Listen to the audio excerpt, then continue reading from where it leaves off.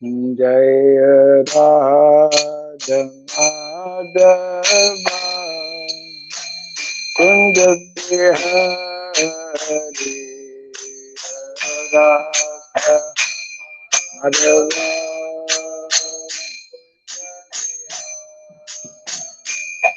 Jai Radha Madhava Kunj Bihari Radha Madhava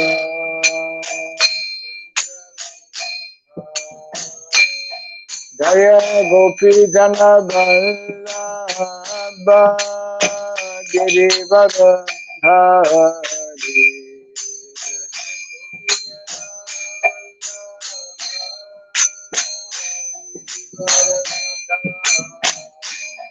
Jaya Gopi Jana Vallabha Girivara Hari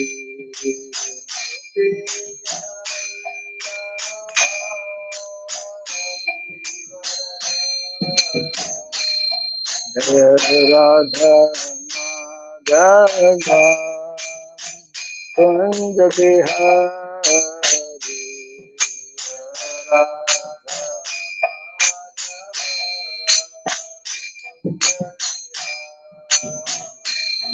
Jaya Radha Madhava Kunj Bihari Radha Madhava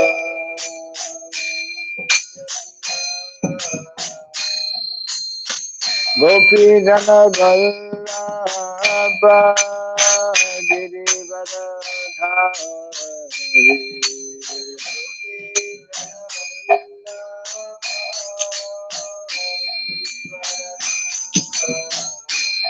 Jaya Gopi Jana Vallabha Girivara Hari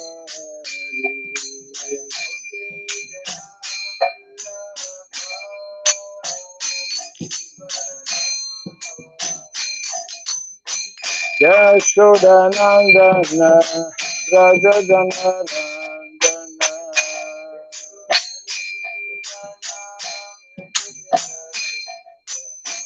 Yashodanandana Rajadanandana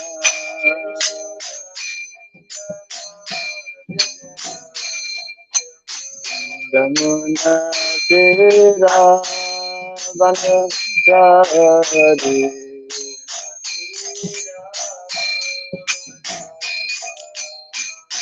Yamuna Tira Vanachari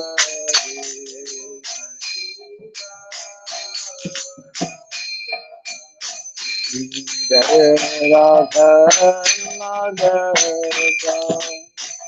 Kunj Bihari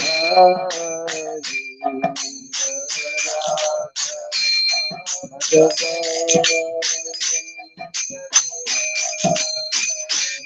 Jaya Radha Madhava Kunj Bihari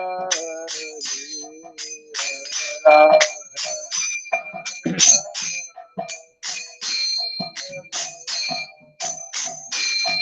Jaya Gopi Jana Vallabha Girivara Hari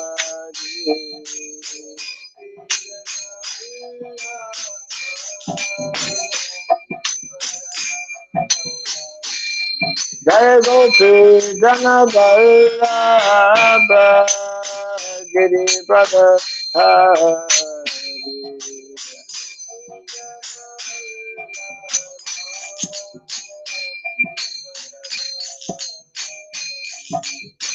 Yashodanandana Brajadanandana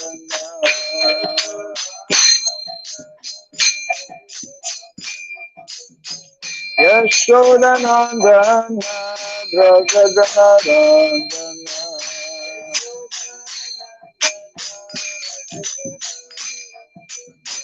Yamuna Tira Vanachari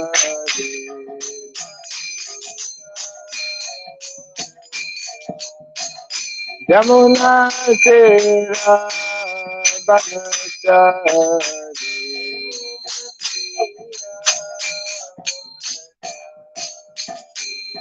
Hera Madhava Kunda Bihari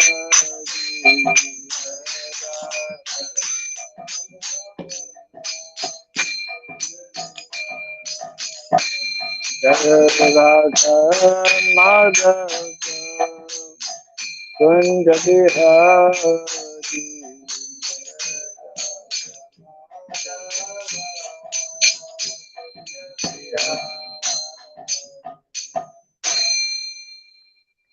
Hare Krishna, Hare Krishna, Krishna, Hare Hare, Hare Rama, Hare Rama, Rama, Hare Hare.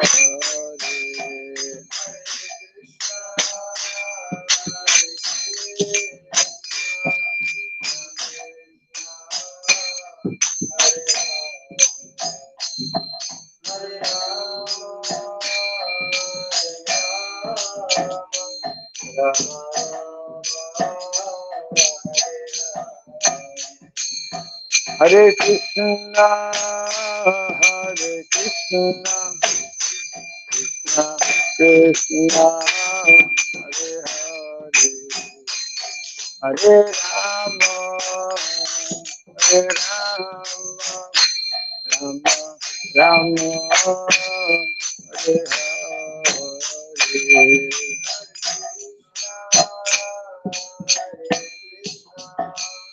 Krishna Krishna,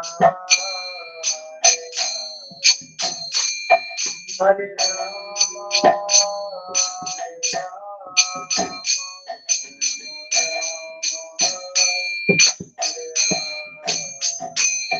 Hare Krishna, Hare Krishna, Krishna Krishna, Hare Hare, Hare Rama, Hare Rama, Rama, Hare Hare.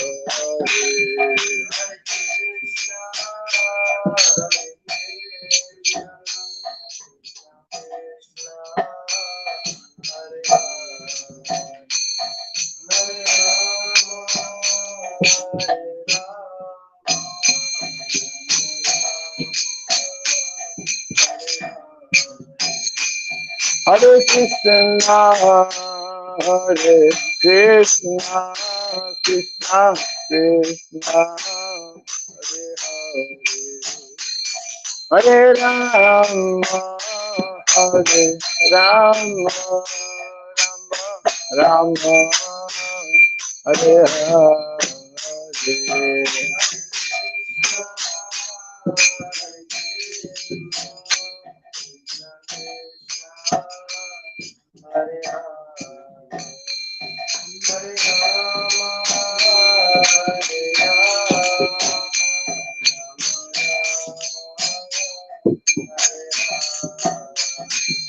Hare Krishna, Hare Krishna, Krishna Krishna, Hare Hare, Hare Rama, Hare Rama, Rama Rama, Hare Hare.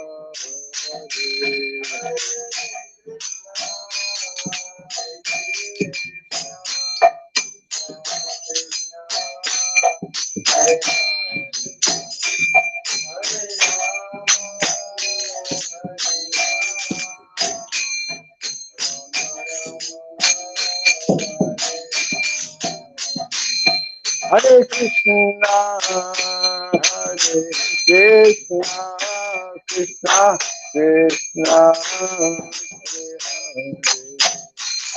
Hare Hare, Hare Rama, Hare Rama, Rama Rama, Hare Hare.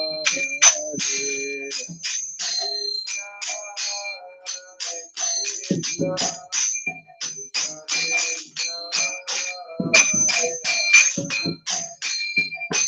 Rama, Hare Rama, Rama Rama,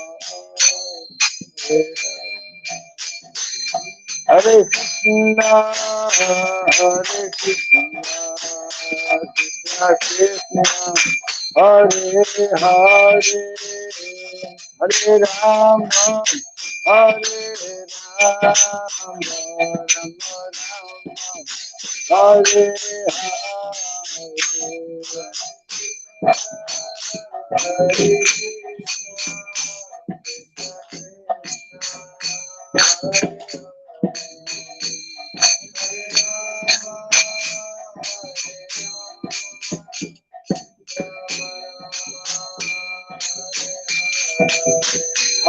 Hare Krishna, Hare Krishna, Krishna Krishna, Hare Hare, Hare Rama, Hare Rama, Rama Rama, Hare Hare,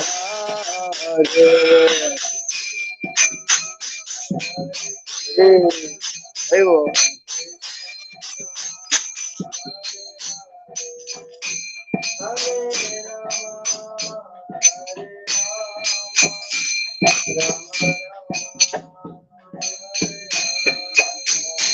Hare Krishna, Hare Krishna, Krishna Krishna, Hare Hare, Hare Rama,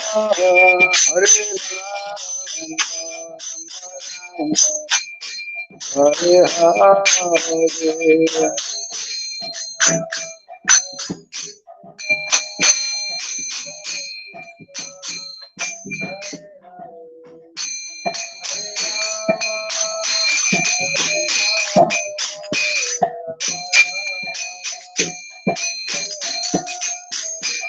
Jai Radha Madhava, Radha Madhava Radhe.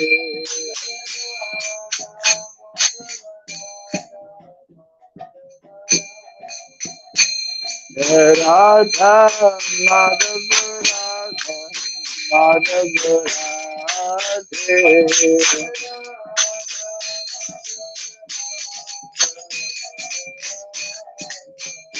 Jaya Prabhupada, Jaya Prabhupada, Prabhupada, Prabhupada,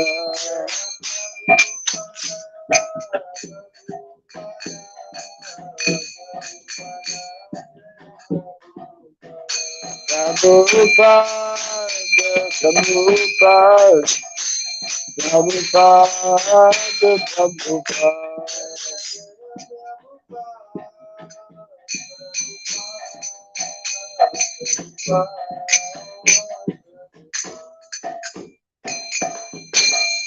Gaura Pimanandi, Jai Vishnupada Paramahamsa, Pri Radhikacharya Stotra Satya, Sri Srimad Divine Grace, Telebhave Charanaravinda Bhaktivedanta Swami Srila Prabhupada ki, Ananta Koti Vaishnava Vrinda ki, ISKCON DBT, Founder Acharyas Divine Grace Srila Prabhupada ki, Namacharya Srila Haridas Thakur ki, Samaveta Bhakti Vrinda ki, Hari Nam Sankirtan ki, Grantara Srimad Bhagavatam ki, Jai Thai Gauda Pimanande. All glories to the assembled devotees, all glories to the assembled devotees, all glories to the assembled devotees. All glories to Sri Guru, to Sri Gauranga, all glories to Sri Prabhupada.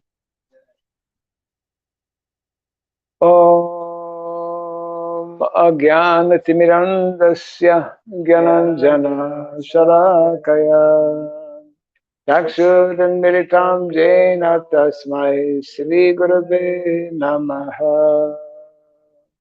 Sri Chaitanya Manobhistam Stapitam Jena Bhutale Swayam Rupa Karamahyam Dadati Swapadantikam Vandeham Sri Guru Sri Dutta Padakamalam Sri Gurun Vaisnavam Sya Srirupam Sagrajatam Sahagana Raghunatam Vitam Tvam Sajivam Sadvaitam Savadutam Parijana Sahitam Krishna Chaitanya Devam Sri Radha Krishna Padam Sahagana Lalita Sri Vishakam Sya Hey Krishna Karuna Sindhu Dinabandhu Jagatpate Gopesha Gopika Kanta Radha Kanta Namostute Tapta Kanchana Gaurangi Radhe Vrindavaneshwari Vrishabhanu Sutilive Pranamami Hari Priye Vanchakalpa Tarubhyasya Kripa Sindhu Vyaivacha Patitanam Pavanebhyo Vaishnavebhyo Namo Namaha Narayanam Namaskritya Ram Chaiva Narottamam Devim Saraswatim Vyasam Tato Jayamudiraya. Before reciting the Srimad Bhagavatam, which is our very means of conquest, let us first offer respectful obeisances unto Narayana, the Supreme Personality of Godhead, unto Narayana Rishi, the supremmost human being, unto Mother Saraswati, the goddess of learning, and unto Srila Vyasadeva, the author. Nasta Prayashabhadreshu Nityam Bhagavata Sevaya Bhagavati Bhaktir Bhavati Naistiki. By regularly hearing the Srimad Bhagavatam and by rendering a service unto the pure devotee, all that is troublesome within the heart becomes destroyed practically to nil, and loving devotional service unto the Supreme Lord, who is praised with transcendental songs, becomes established as an irrevocable fact. Idam Bhagavatam Nama Puranam Brahmasamitam Utamashloka Charitam Chakara Bhagavan Rishi Nishreyasaya Lokasya Andam Swasayanam Maha. This Srimad Bhagavatam, known as the Grantaraj, the king of all Vedic literatures, is the literary incarnation of God. It is compiled by the incarnation of God as Srila Vyasadeva. It is meant for the ultimate good of all people. It is all successful, all blissful, and all perfect. Sri Krishna Chaitanya Prabhu Nityananda Sri Advaita Gadadhar Vivasadi Gaura Bhakta Vrinda. Hare Krishna Krishna Krishna Hare Hare Hare Rama Rama Rama Hare Hare. Om Namo Bhagavate Vasudevaya. Om Namo Bhagavate Vasudevaya. Om Namo Bhagavate Vasudevaya.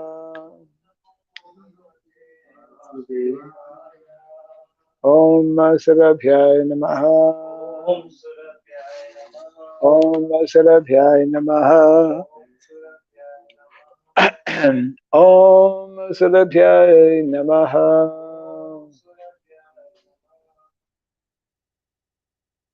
Mukam karoti vachalam pangum langayate girim yatkripa tamaham bande Shri Gurum Dinataram. Yatkripa tamaham bande Shri Gurum Dinataram. Hare Krishna.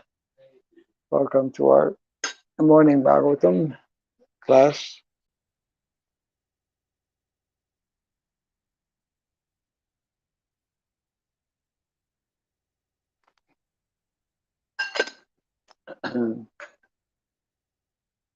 We continue to read from the 7th canto, chapter 12, entitled The Perfect Society for Spiritual Classes. And today we are taking two verses. The first has a purport, the second does not. Same theme is continued. So that we are reading text 11.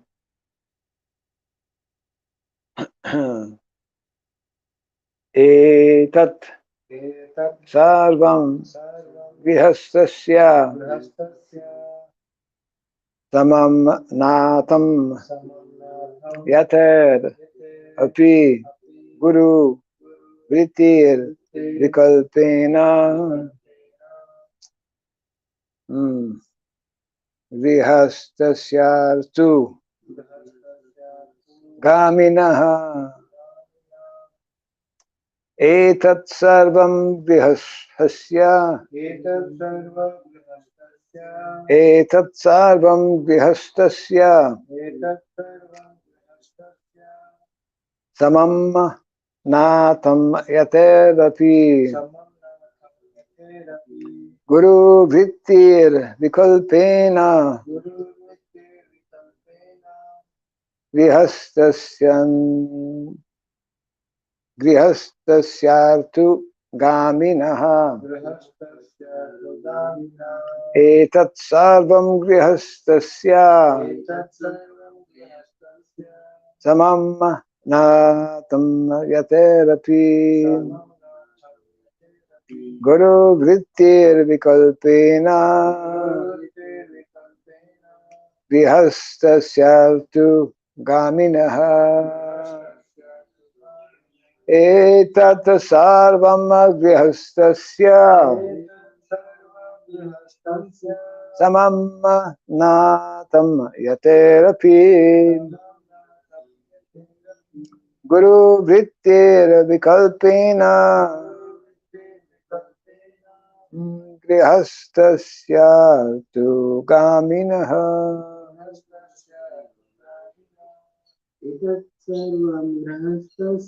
etat sarvam grihastasya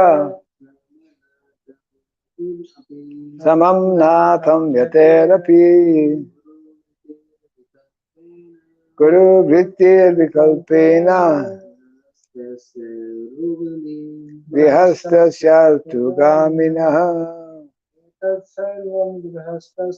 etat sarvam grihastasya samam natam yaterapi guru vrittir vikalpena grihastasyartu gaminaha etat this sarvam all grihastasya of a householder samam natam described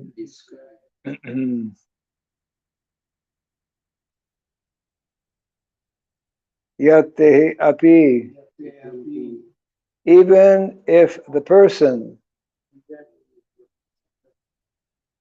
even of the person in the renounced order guru vritti vikalpena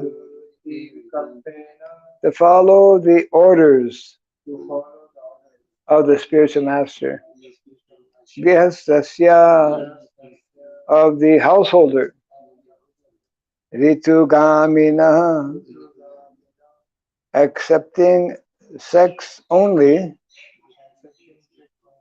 during the period favorable for procreation. Purport, translation and purport by His Divine Grace A.C. Bhaktivedanta Swami Srila Prabhupada Ki. So we will read both 11 and 12, but let's read the purport to 11 first, and then we'll read 12 also. All the rules and regulations apply equally to the householder and the sannyasi, the member of the renounced order of life. The Grihastha, however, is given permission by the spiritual master to indulge in sex during the period favorable for procreation. Kindly repeat after me. All the rules and regulations apply equally to the householder and the sannyasi, the member of the renounced order of life. The grihastha, however, is given permission by the spiritual master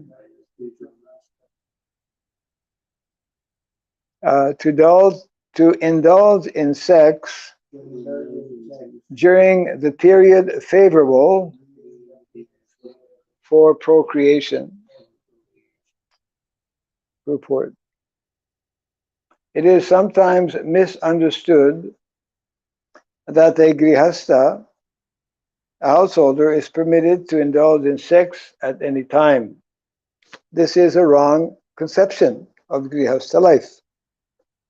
In spiritual life, whether one is a grihastha, vanaprastha, sannyasi, or brahmachari, everyone is under the control of the spiritual master.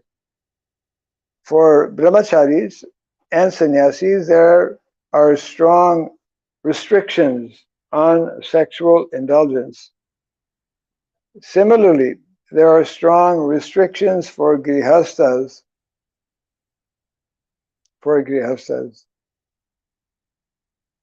Grihasthas should indulge in sex life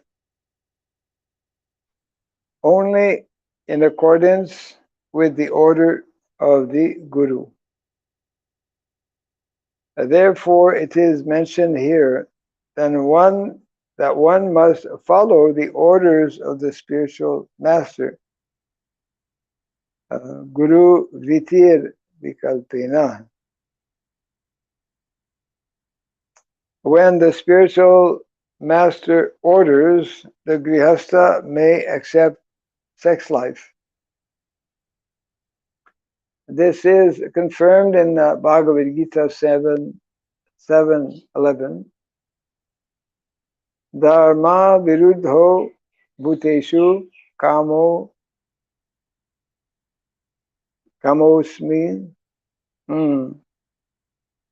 Kamosmi, yes. Indulgence in sex life without disobedience to the religious rules and regulations constitutes a religious principle. The grihastha is allowed to indulge in sex during the period favorable for procreation and in accordance with the spiritual master's order. If the spiritual master's orders allow a grihastha to engage in sex life at a particular time, then the grihasthas may do so. Otherwise, if the spiritual master orders against it, the grihastha should abstain. The grihastha must obtain permission from the spiritual masters to observe the ritualistic ceremony of Garbhadhana Samskara. Then he may approach his wife to beget children, otherwise not. A brahmana generally remains a brahmachari throughout his entire life. But although some brahmanas become grihasthas and indulge in sex life, they do so under the complete control of the spiritual master. The kshatriya is allowed to marry more than one wife, but this also must be in accordance with the instructions of the spiritual master. It is not that because one is a grihastha, he may marry as many times as he likes and indulge in sex life as he likes. This is not spiritual life. In spiritual life, one must conduct one's whole life under the guidance of the Guru. Only one who executes his spiritual life under the direction of the spiritual master can achieve the mercy of Krishna. Yasya prasadad bhagavat prasada. If one desires to advance in spiritual life, but he acts whimsically, not following the orders of the spiritual master, he has no shelter. Yasya prasadam nagato nagati kutopi. Without the spiritual master's order, even even the grihastha should not indulge in sex life. Yes.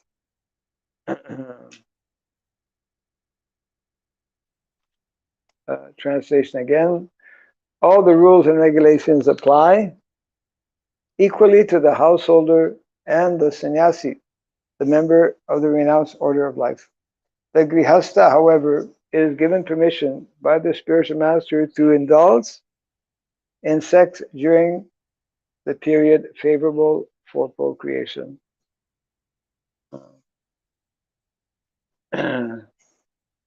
So this is the Vedic standard being described here regarding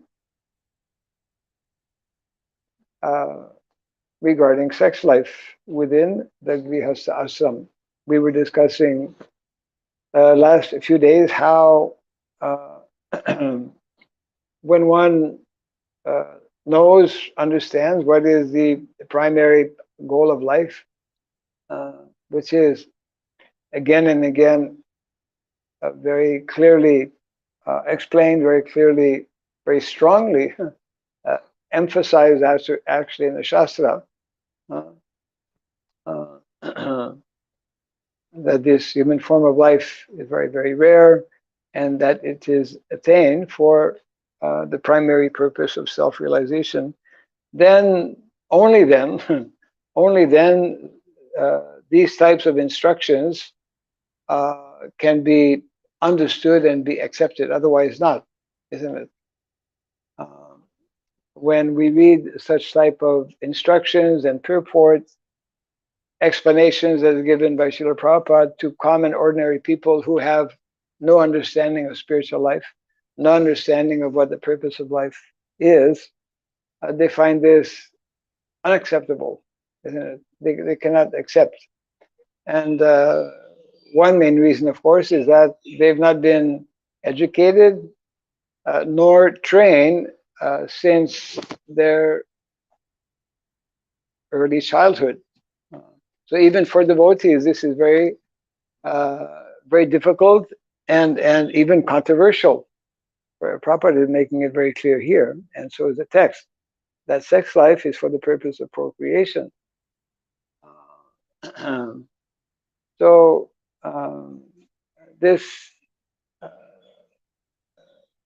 instruction, there are a number of instructions for householders, is very important. The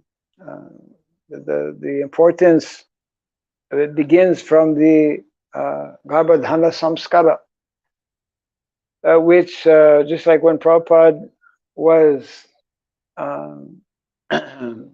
in the temple with all of the small children. This was in Los Angeles in the early years. Prabhupada was very pleased because naturally when Prabhupada would be in Los Angeles, or any temple for that matter, but Los Angeles was like the base, the main temple in the West, actually. And so there were many householders with many children. So you've seen some pictures, I'm sure. After the class, after Guru Puja, Prabhupada would hand out some cookies, and little hands would come, sometimes two hands would come, and Prabhupada, one by one, very, very like fatherly, in a fatherly manner, would give the cookies to the small children. And sometimes he would observe some of the children, even very, very small, playing cartel very nicely, or sometimes playing mridanga, and he would point out these children are not ordinary children, and Prabhupada had great, great hopes and expectations that if our devotees, uh, having become devotees, having taken these vows at the time of initiation, follow those vows, understand the reason behind following these vows, then within a few generations, the children born from devotees, if these things are followed, will become very empowered. They'll become very advanced devotees, because the whole purpose of practicing spiritual life within householder life especially, and directly in connection with sex life, procreation, is to actually attract living entities who are deserving who are deserving to be born in such families, isn't it? In the Bhagavad Gita, Krishna explains that those living entities who have not yet completed their business, who have fallen for whatever reason, but who have practiced up to a certain percentage of their Krishna, they will be born in either a very a good religious family, Brahmana family, or they will be born in a Kshatriya family. Both, of course, are pious. In Vedic culture, they are meant to be the most advanced, most pious individuals who are following these lifestyle of ideal Brahmana, ideal Kshatriya. So this is actually the great hope and the great desire that Srila Prabhupada had, that up until this knowledge of Bhagavad Gita and Srimad Bhagavatam was introduced in the Western countries, people had no idea of what Vedas are, what is Vedic culture, what is Vedic lifestyle. This was totally unknown, isn't it? So now, since Prabhupada's going to the West and introducing this knowledge, this lifestyle, naturally more and more people are taking to this lifestyle, are accepting this philosophy. But the kind of result that are most desirable will only come about when we apply these different principles that are, described in the Bhagavatam, beginning, of course, with the whole concept of Gurukula, which is what we have been hearing about from Narada Muni, the importance of Gurukula, the importance of this training, etc. So it means that actually, if we don't have such committed, serious householders, then we will not get the type of children that ideally should be born in such families. and therefore it means that it will take a longer time for the the mission of the Lord to actually become established properly. To be, yeah, the mission of the Lord, dharma samstapanarthaya sambhavami yuge yuge, to reestablish, isn't it? As Krishna explains in the Bhagavad Gita, to reestablish the principles of dharma. So we need to understand what these principles of dharma, and they begin actually with these basic principles, these pillars of dharma. These four pillars of dharma that we hear about again and again in the Bhagavatam are the basis, and these are the things that we are meant to take up very seriously. So we can just imagine, if this is taken up very seriously, it means that these type of people will be very different than what we see in modern day society, naturally, isn't it? And they will, therefore also this is directly connected with the need for such people to live together in a natural environment where this mentality, where this consciousness of being very regulated and being very sensitive in our exchanges or dealings with one another,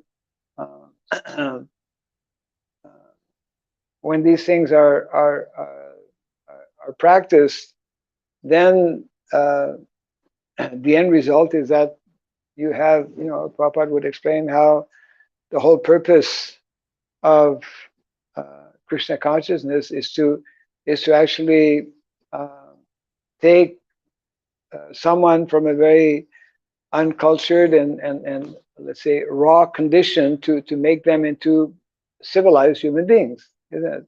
As a matter of fact, the end of the section here, the Bhagavatam, that's the very title that is given: Instructions for Civilized Human Beings. That is the fifth, chapter 15, actually. So all of these instructions we are hearing from Narada Muni are in that category. So the point is being made here how, again, this is like unthinkable and unheard in a Western country. Even within our own devotee communities or within our own ISKCON society, these things are not understood and not followed, generally speaking. It's like here it mentions how both, these rules apply to both sannyasis and grihastas. Actually, they apply to all the members of the four ashramas: brahmachari, grihastha, vanaprastha, sannyas. And here it makes a very clear point that grihasthas, they should get permission from the guru for performing the Garbhadana samskara. I have a few devotees who are my disciples, grihasthas, who actually have approached me in the past. Not very often, but those who have, they have read this section and they have understood its meaning and purport. They have understood the importance of begetting Krishna conscious children. They have understood the high responsibility for someone to become actually a parent, isn't it? Yeah. Which is, of course, mentioned by Rishabhadev when he instructs his 100 sons, headed by Bharat, by Bharat Maharaj, who and he is mentioning how one should not become a father, parent, leader in society without uh, being able to deliver one's dependence from the cycle of birth and death. Uh, so the world is very much in dire need of such exemplary individuals. I mean, the whole purpose of the Krishna consciousness movement is to train up individuals who are becoming ideal uh, members of society, ideal grihasthas, ideal brahmacharis, ideal in whichever ashram one may be in to become ideal. So this is being underlined here, and that's such an important principle within Vedic culture. The position and the role of a guru or spiritual master, and the relationship that is meant to be there, the relationship that is meant to be developed. That my activities are meant to be sanctioned, authorized, by the spiritual master.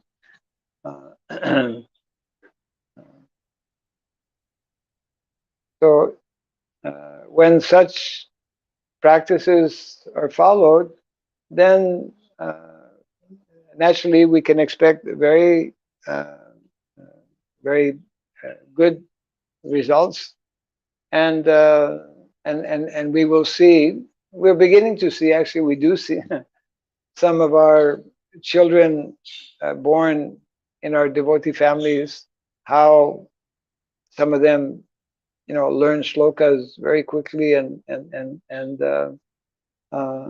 become at a very young age very serious about spiritual life, etc., like that. So how much more this would take place if devotees were living together, associating more closely together, uh, and that means that the standards of spiritual life would naturally more easily be higher.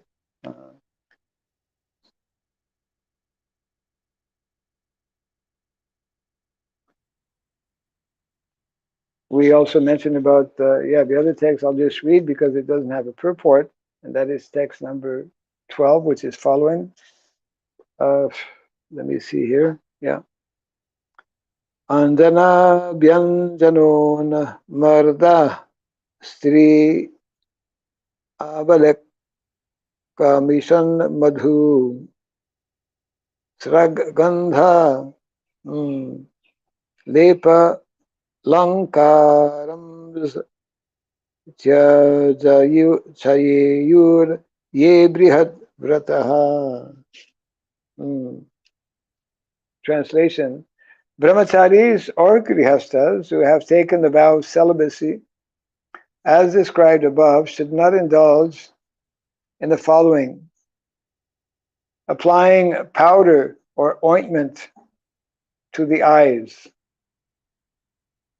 Where was this? I was,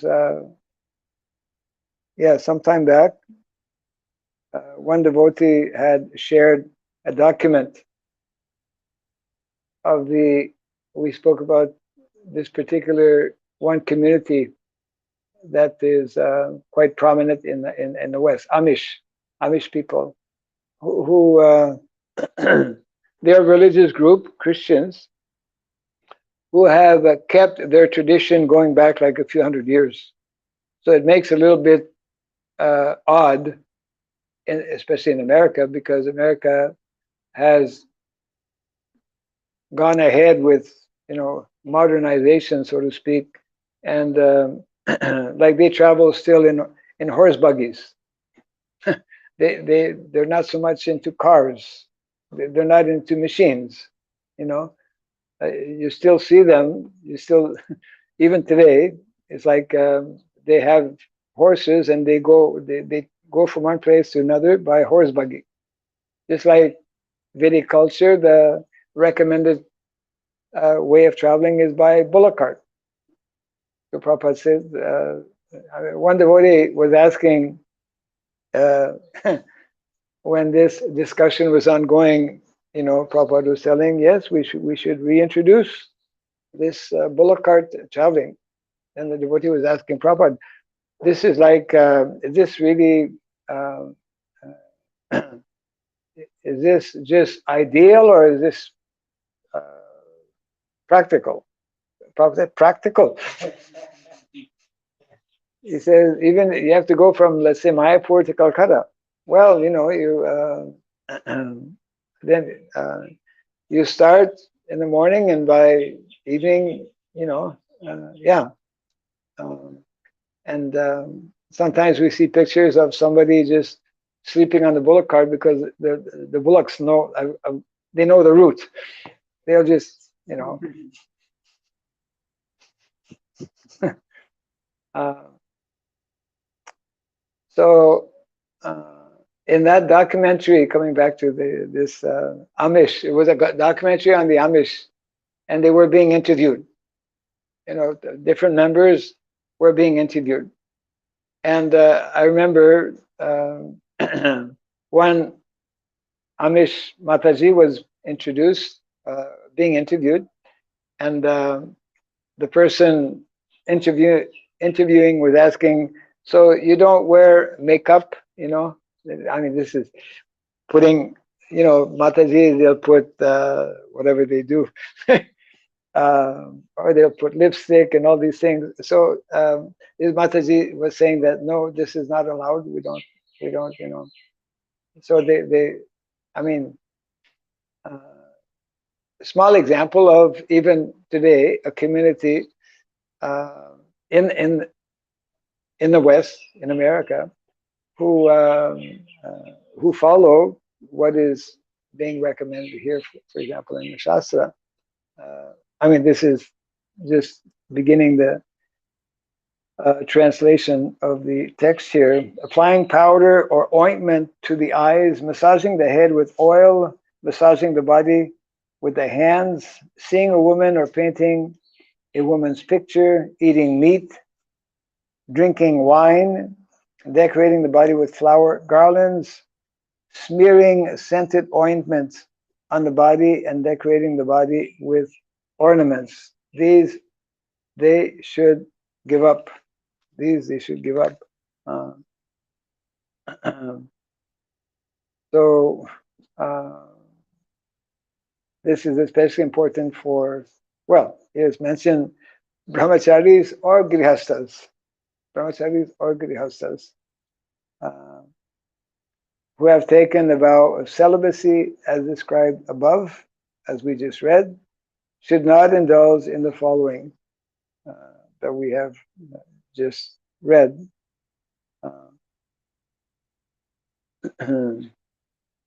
So the whole idea is to minimize all kinds of activities for sense gratification, to minimize the bodily necessities of life, and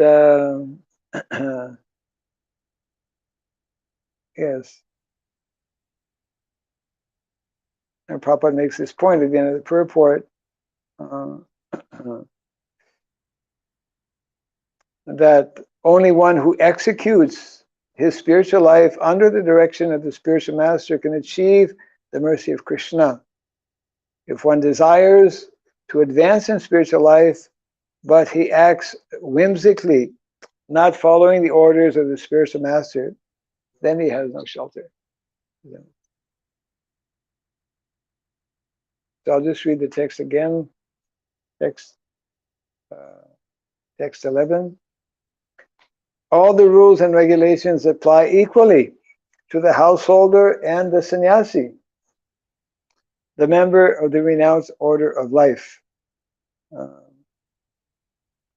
So I remember in the early days, I'll just read this here. The Grihastha, however, is given permission by the spiritual master to indulge in sex during the period favorable for procreation. When these things were being explained and discussed in the early days by some of the devotees, uh, a few devotees were making the observation, well, if it's like that, then why get married? Um, so the idea is that we need to understand what is uh, the purpose of marriage. And therefore, Bhagavatam very clearly outlines, uh, and this is discussed in detail here by Srila Narada Muni. There is a major difference between Grihastha and Grihamedi. That point is being made in the Bhagavatam, Grihamedi. Inasmuch as there is a big difference between a devotee and a non-devotee. Between a devotee, the spiritually inclined individual, and someone who is totally materialistic. So, of course, within both of these categories, materialistic person or devotee, there are different levels of advancement or degradation. So the idea is that if we want to achieve the desired result, then we should know what are the standards within these different ashramas. This chapter is dealing with the ashramas. And we heard a little earlier how ashram means the primary purpose of ashram, and the actual definition of ashram is where the focus is on spiritual advancement, isn't it? So spiritual advancement automatically, naturally means minimizing, activities of sense gratification to the point of stopping activities of sense gratification, especially in the matter of sex life. So it means that one who doesn't follow this, then he will not be able to become vanaprastha, or to speak of becoming sannyasi, isn't it? So householder life is meant to gradually help an individual uh, reduce one's entanglement in terms of sense gratification by initially regulating activities of sense gratification, including in the matter of sex life, to the point that by the age of 50, it means, according to Vedic culture, that by the age of 50, one who has followed and been trained properly, that is the cutting line, so to speak. By the age of 50, the deadline, the deadline. One should no longer have sex life, and one therefore leaves family life when the children are grown up and fully focuses, as we were discussing yesterday, one of our questions from Vanaprastha, Chaitanya Hari Prabhu, that what are the different duties and why tapasya, tapasya is especially recommended for those in a householder life, or those rather in vanaprastha life, because generally in householder life, so many different opportunities for sense gratification is there, and if one has not been sufficiently strong, then he will at times fall prey to such opportunities of sense gratification, especially in householder life. So therefore, once having given up householder life, then one focuses on being more strict. One focuses on tapasya. This is what Srila Prabhupada did, for example, and he left householder life, went to Vrindavan. So he followed the that system, was vanaprastha for a number of years, and then after some time took sannyas. Right. So regardless of which ashram we are in, the same purpose is there, to become self-realized, to minimize activities of sense gratification, etc. Okay, any thoughts or questions on this?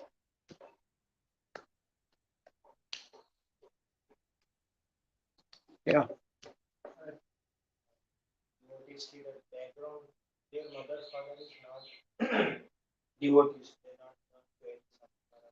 Yeah.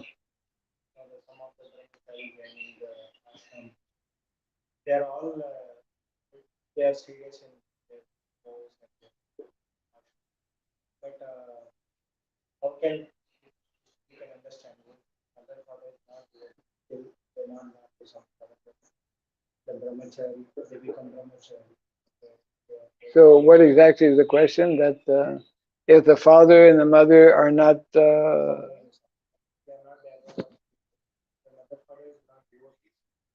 okay, if somebody's mother and father are not devotees, that means that they have not followed any samskaras. Yes. Then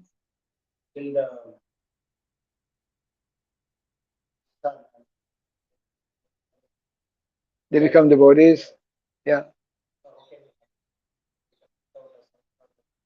Oh, okay, okay. So the question is, how is it that some people whose mother and father are not devotees, who have not followed any samskaras, how they became devotees, isn't it?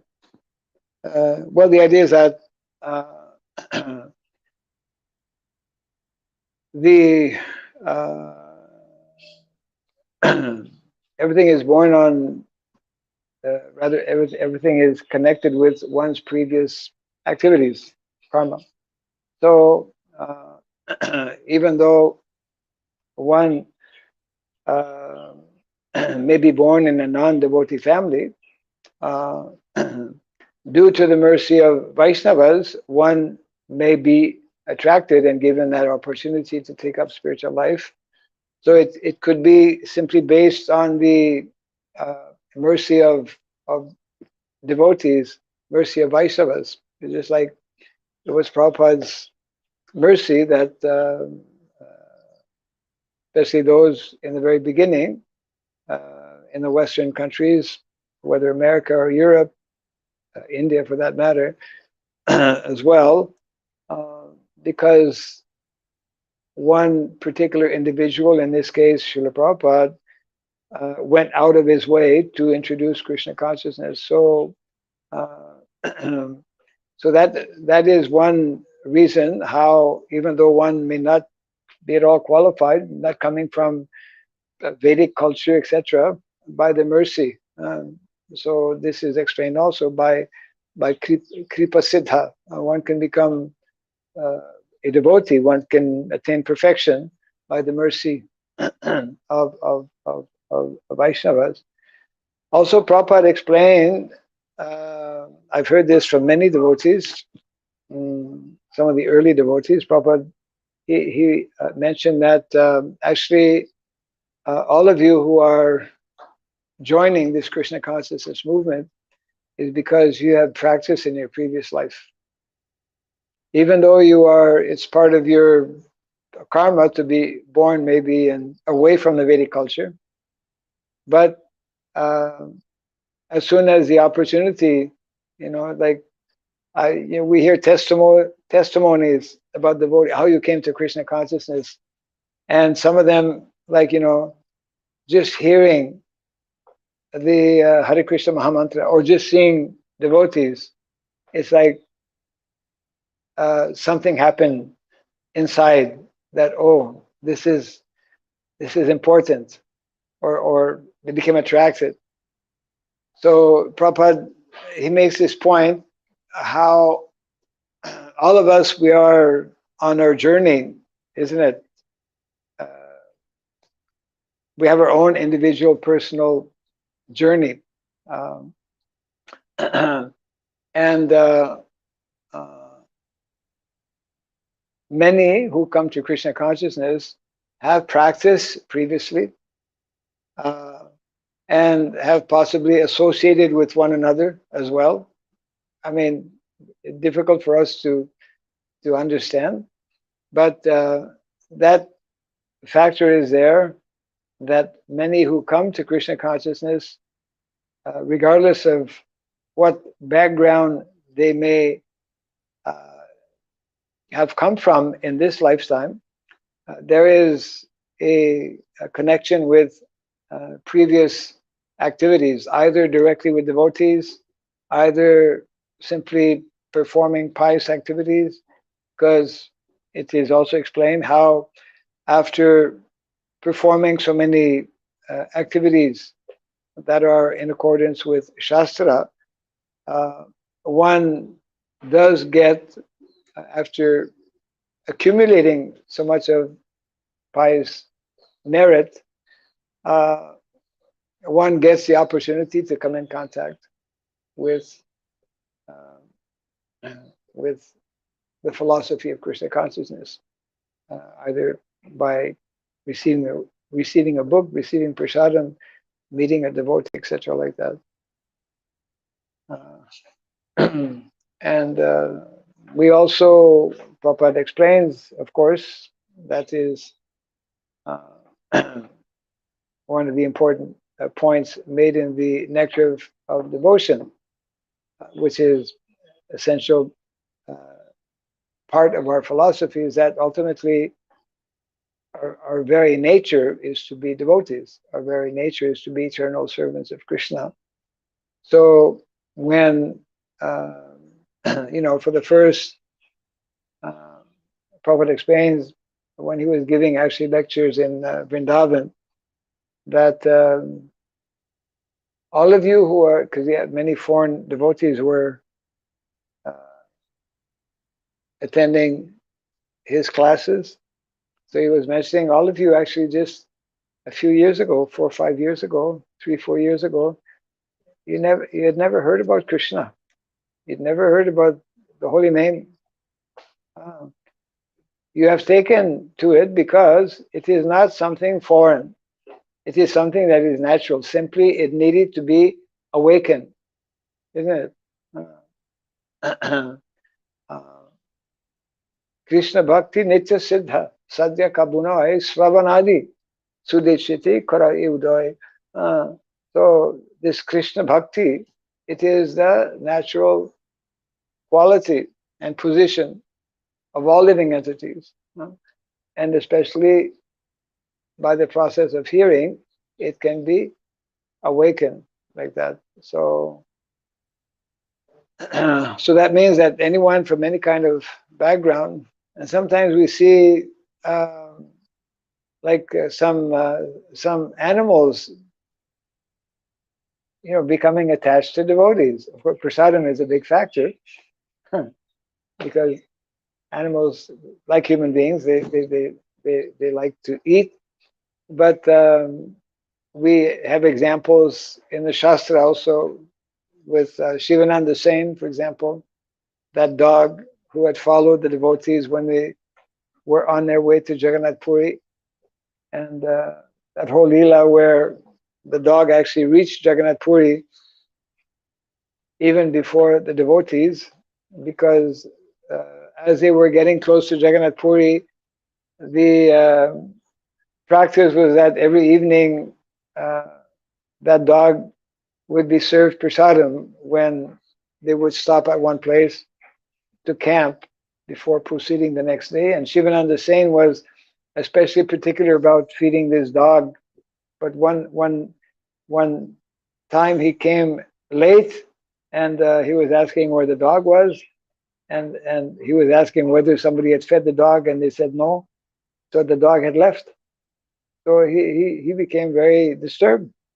Hey, this dog has been following us for so many weeks now. He's been, he's like one of us. He's become like a devotee. He's a devotee dog. So he was very troubled. I mean, he sent so many devotees to search for the dog, and nobody found the dog. So he decided to fast. Because the dog didn't eat, I also should not eat. And so within I think the next day they were arriving in Jagannath Puri. As they arrived there, uh, as they approached the place where Lord Chaitanya was residing or sitting, it was outside, and Lord Chaitanya was actually throwing pieces of food to the dog, and the dog was barking, chanting in his own way, Hare Krishna. And then as soon as Shivananda Singh saw that, hey, this is our dog, our devotee dog, he offered his dandabas to the dog. Have you ever seen anyone offering dandabas to a dog? Normally we kick dogs away. So, and that's all nicely narrated in the Chaitanya Charitamrita, where it mentions that the next day, actually, that dog could not be seen. And it was understood that the dog, because of having had the good association of the devotees, having had prasadam, and especially having received directly from the lotus hands of Lord Chaitanya prasadam, and having the darshan, that dog went back to the spiritual world. It's unusual for a dog to go back home, back to Godhead, but these things are there. So all living entities, including animals, are benefited immensely. That was the argument that Srila Haridas Thakur, Namacharya Srila Haridas Thakur, was advocating that we should chant loudly the holy name, so that as many living entities as possible can benefit from the transcendental sound vibration of the holy name. Just like this morning, as I as I was standing for Mangalarti, on the curtain there was one what do you call it? They jump and they give honey. Anyways, one small animal, not animal, insect, grasshopper. Yeah, grasshopper. Here they have a very big grasshoppers in India, and they're very, very attractive. So I saw this grasshopper, and I was trying to pull the curtains to have him, go out, but he wasn't moving, And then as I came to the side here, he just fell down. But he was holding his hands like this,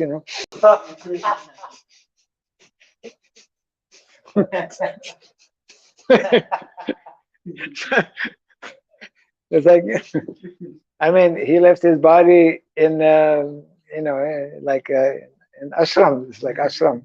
Yeah.